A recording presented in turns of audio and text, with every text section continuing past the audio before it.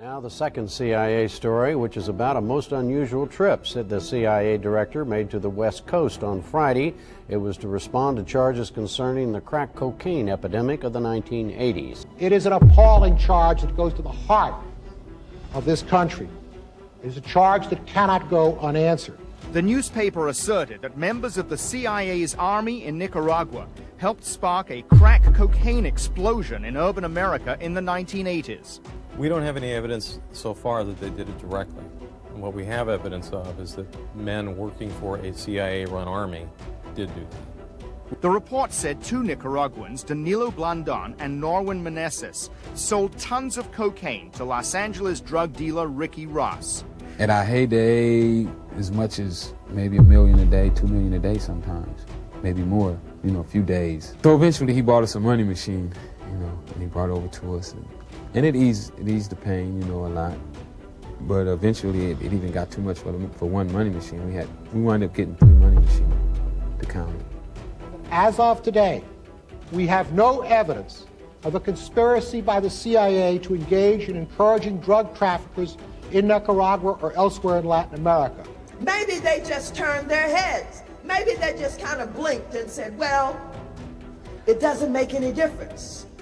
Whether they delivered the kilo themselves or they turned their heads while somebody else delivered it, they're just as guilty. In the 1980s, America was witnessing a revival, following the hard-won gains of the Civil Rights Movement, the end of the Vietnam War, and a flourishing of cultural pride.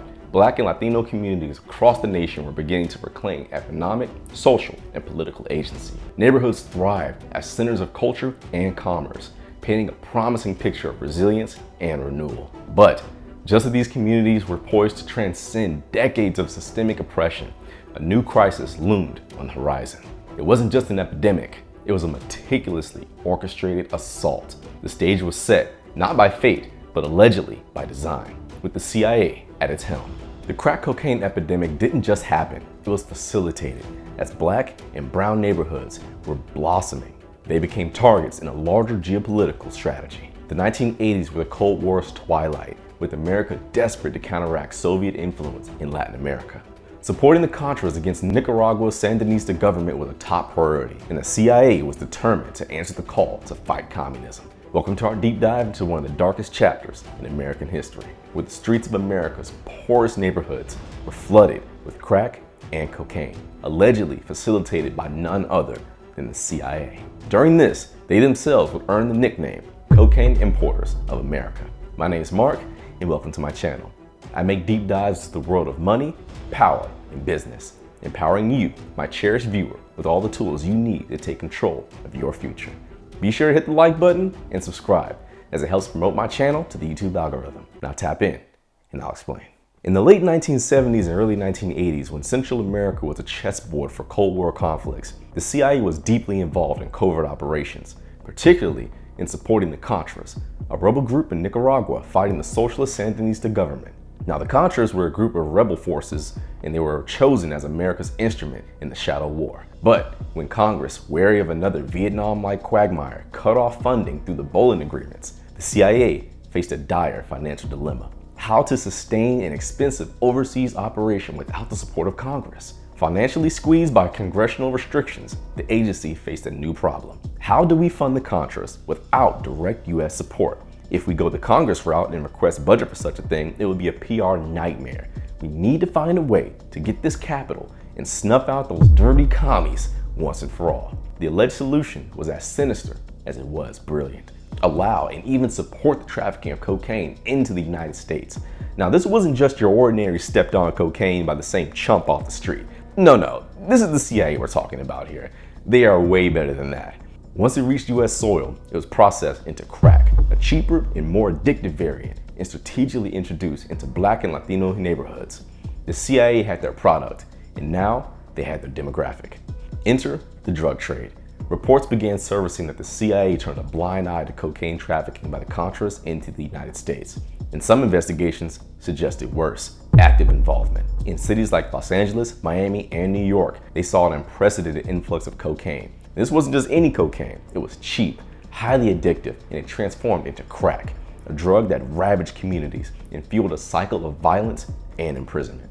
The question still remains, why these communities? And the answer is as cynical as it is chilling. These were communities on the rise, gaining social and political traction. Disrupting them not only facilitated a financial pipeline through drug sales, but it also destabilized centers of political and potential dissent against the American conservative policies. The strategy was twofold: secure funding for foreign wars and weaken domestic opposition. And the consequences were catastrophic.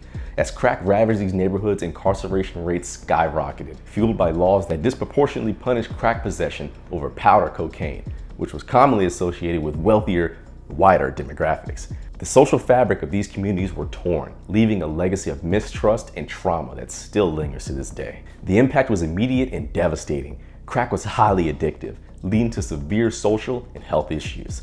And its affordability made it spread like wildfire through communities that were already struggling with economic and racial injustices. As crack use soared, so did the violence and imprisonment rates, which disproportionately affected African American and Latino communities, and exacerbating the cycle of poverty and incarceration.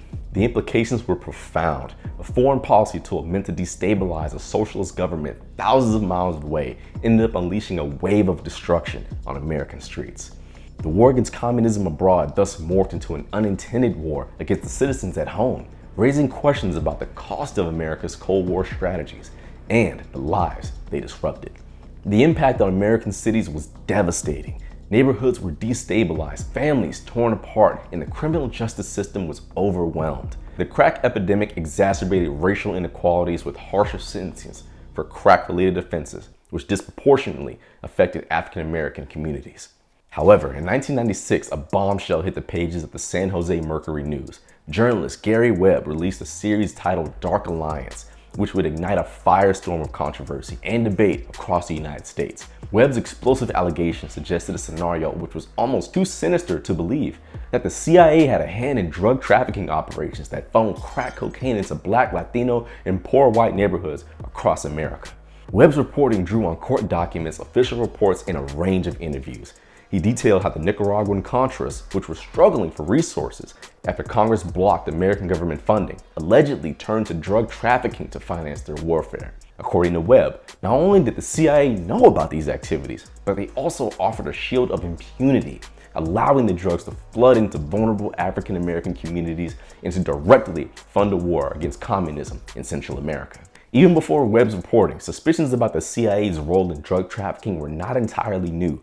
In 1989, a Senate subcommittee chaired by Senator John Kerry investigated these very issues. The Kerry Committee's report confirmed troubling links between the Contra rebels and international drug traffickers. However, the findings stopped short of a full condemnation of the CIA, noting instead that the agency had knowledge of these relationships, but failed to intervene or act decisively to stop the drug flow. Neither fully exonerated nor directly implicated, the CIA found itself in a precarious position. The agency faced severe criticism for its passive stance, raising alarming questions about the moral and ethical guidelines crossed in the name of national security. The public's trust was deeply shaken, and the political and social ramifications were profound. This dark chapter in American history invites us to ask difficult questions about the accountability and transparency in government actions. As we peel back the layers of this complex period, we're confronted with uncomfortable truths about power, policy, and the people caught in the crossfire. What is the true cost of the Cold War, and who really paid the price? Well, from here, the answer is clear. The people did. If you enjoyed this deep dive into one of the darkest eras of the CIA and the Cold War, be sure to hit the like button and subscribe for more. Your engagement helps promote my content to the YouTube algorithm, and every bit helps my channel grow. And as always, I've been Mark, you've been great, stay dangerous, and I'll see you in the next one.